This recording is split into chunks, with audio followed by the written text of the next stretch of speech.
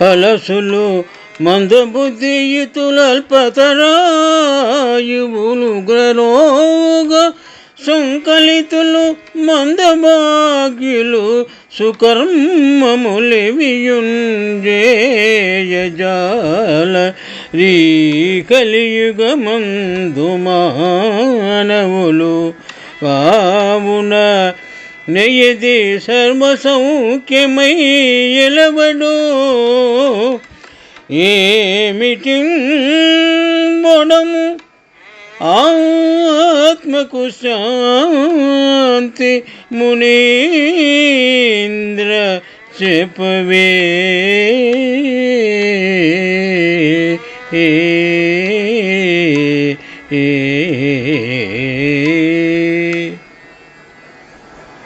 పోతన మహాభాగవతం ప్రథమ స్కంధము నుండి ఈ పద్యము గ్రహింపబడినది.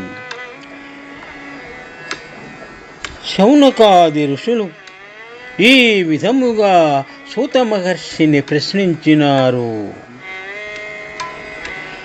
పద్యభావము.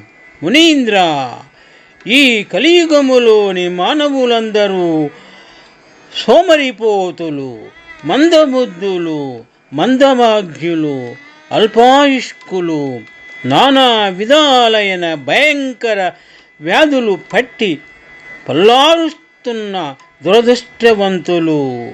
వారు మిక్కిలి మందమైన భాగ్యము కలవారై రోగములు మొదలైన వాటి చేత పీడింపబడుతున్నారు. అంతేకాక వారు సత్కార్యములేవీ చెయ్యడానికి అసమర్థులు అవుతున్నారు. అందువలన వారికి సమస్త సుఖములను ఏది కలిగిస్తుందో, ఏది వారి ఆత్మలకు శాంతిని ప్రసాదిస్తుందో అటువంటి మార్గాన్ని మాకు తెలియజేయుము అని శౌనకాది ఋషులు సూత మహర్షిని ఈ విధముగా తెలిపినారు.